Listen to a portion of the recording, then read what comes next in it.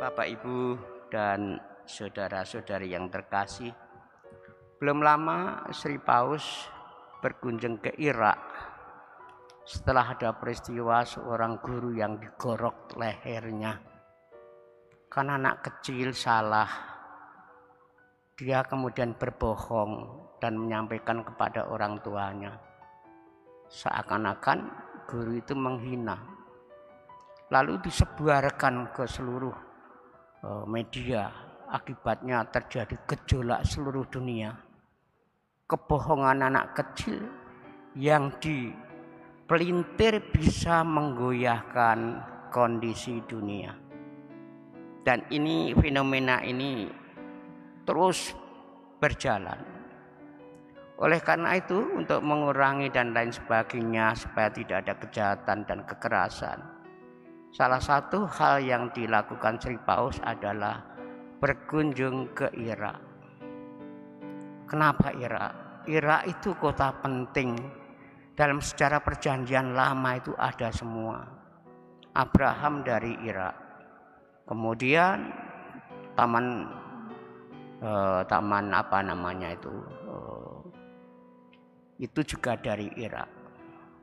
Semuanya peristiwa penting ada di Irak. Kota yang penuh budaya yang sangat langka itu kini diporak-porandakan. Namun karena akar budayanya, agamanya melekat, maka tetap akan terus akan hidup. Dan yang paling parah belakangan ini adalah banyak orang Kristiani yang rumahnya dibakar, ribuan rumah.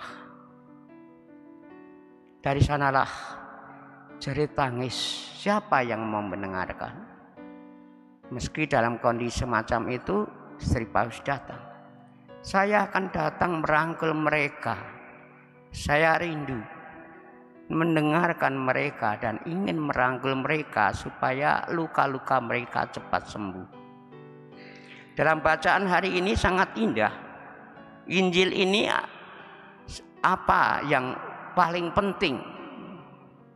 Di sana dikatakan aturan yang paling penting hanya 2. Kalau diringkas malah 1. Cintailah Allah Tuhanmu dengan segenap hati, segenap budi. Ini artinya Yesus menegaskan pentingnya untuk membangun relasi dengan Allah. Dalam Yohanes 15 disebutkan, jika engkau tidak menyatu dengan pokok anggur dengan Allah, maka bukan hanya engkau akan mati, tapi juga tidak menghasilkan apa-apa. Yang kedua adalah hubungan membangun relasi dengan sesama. Kita dikatakan oleh seorang tokoh muslim itu, kita boleh saja berbeda agama, tetapi ada satu kesatuan bahwa kita adalah sama dalam kemanusiaan. Kekerasan dimanapun tidak dibenarkan dalam ajaran apapun. Itulah sebabnya ketika ada kekerasan semestinya kita semua bersatu untuk menghilangkan atau untuk menangkis kekerasan, apalagi pembunuhan.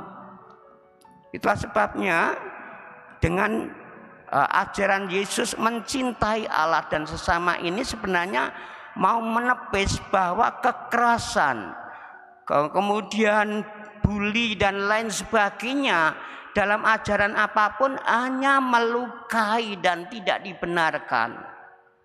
Oleh karena itu, dalam sepanjang perjanjian lama yang penuh dengan kekerasan, perang dan lain sebagainya, satu hal yang hanya bisa dilakukan jika manusia ada kasih.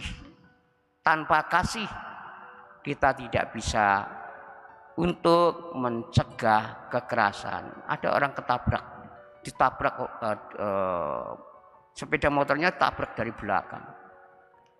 Kemudian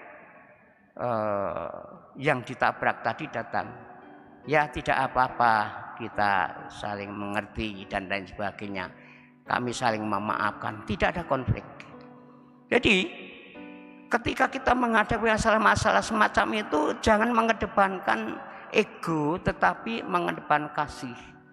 Apalagi dalam rumah tangga, kalau ada kekerasan atau konflik di antara suami istri atau mungkin di antara kakak adik, kalau tidak ada kasih maka itu sangat merisaukan, nggak ada ketenangan. Itulah sebabnya kalau dengan orang lain aja kita memberikan kasih dan pengampunan, kenapa tidak di dalam keluarga kita, di dalam gereja kita? Ada ya, tidak sedikit juga orang yang meskipun rajin doa, rajin ke gereja, tapi tetap aja kalau ada masalah lalu jutaan tidak mau datang. Inilah prapaskah, retret agung saat kita untuk mohon ampun dan sekaligus kita memberi maaf kepada orang. Jangan menganggap diri paling benar. Dalam bacaan pertama sangat indah bagaimana Hosea ini minta supaya Israel yang berpuluh-puluh tahun tidak taat kepada Tuhan ini saatnya untuk bertobat. Hai Israel, bertobatlah dan menyesallah, Tuhan akan memberikan kerahiman. Ada saat-saat tertentu utusan Allah memberikan saran atau memberikan menyabarkan kasih Tuhan. Saatnya kita dalam retret agung juga saling memberi maaf, mengampuni.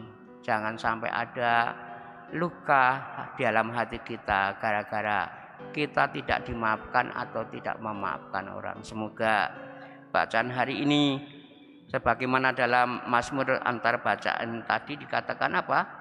Dengarkanlah Allah. Apa Mas tadi coba dibacakan Mazmur antar bacaan? Tadi ada. Ini tidak ada bukunya ya. Oh, mungkin ini. Masa lupa sih. Dalam perkataan tadi, akulah Tuhan Allahmu, dengarkanlah suaraku. Jadi bertobat itu salah satu bentuknya adalah mendengarkan suara Allah. Bukan hanya sekedar didengar, tetapi dijalankan. Dengan demikian, semua akan mendapatkan berkat kelimpahan, terutama kerahiman dari Tuhan atas semua dosa-dosa kita.